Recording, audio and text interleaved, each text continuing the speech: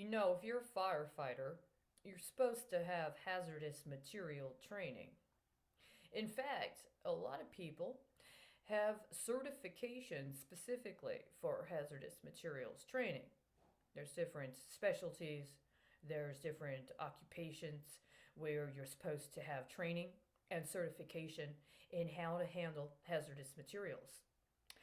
On the other hand, if you're in law enforcement, at least in the state of Texas, and I believe in other states as well, you're supposed to have training and certification in how to respond to acts of human trafficking.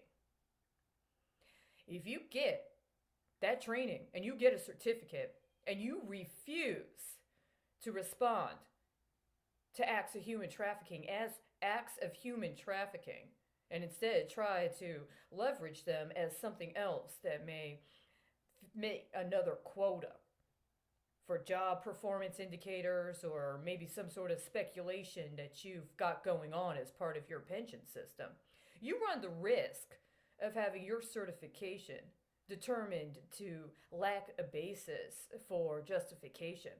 And not only that, could potentially be implicated in significant fraud concerning the fact that you represented yourself as having that training and certification in order to qualify for the financing backing your pension system mythology.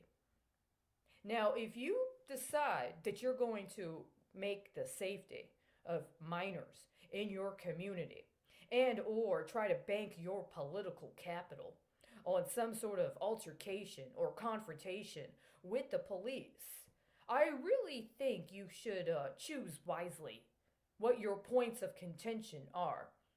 If you got a problem with violence and you respond in one manner, that means something. But if in the course of your response you refuse to actually address the material conditions and rather appear and then actually actualize what turns out to be a fraud scheme that finances criminal activity, attempting to further extort local law enforcement who have already been inculcated into extortion by organized crime syndicates, you might be on the hook for a lot more than you signed up.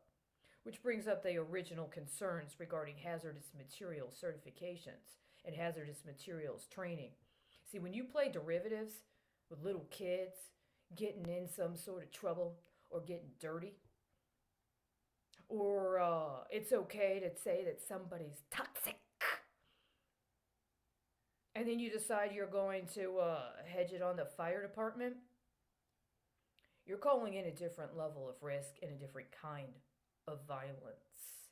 My understanding is somebody bet their political capital on being able to use the police department to accomplish certain political goals, and in the meantime, collateralized the fire department as some sort of hedge of protection on its public education regime.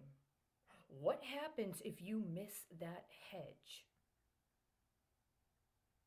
Why did you lie and pretend you were doing something via derivative when you couldn't cover your bases in the literal material reality ahead of you in the moment? Because that's what you did. And there's no insurance for what you got coming.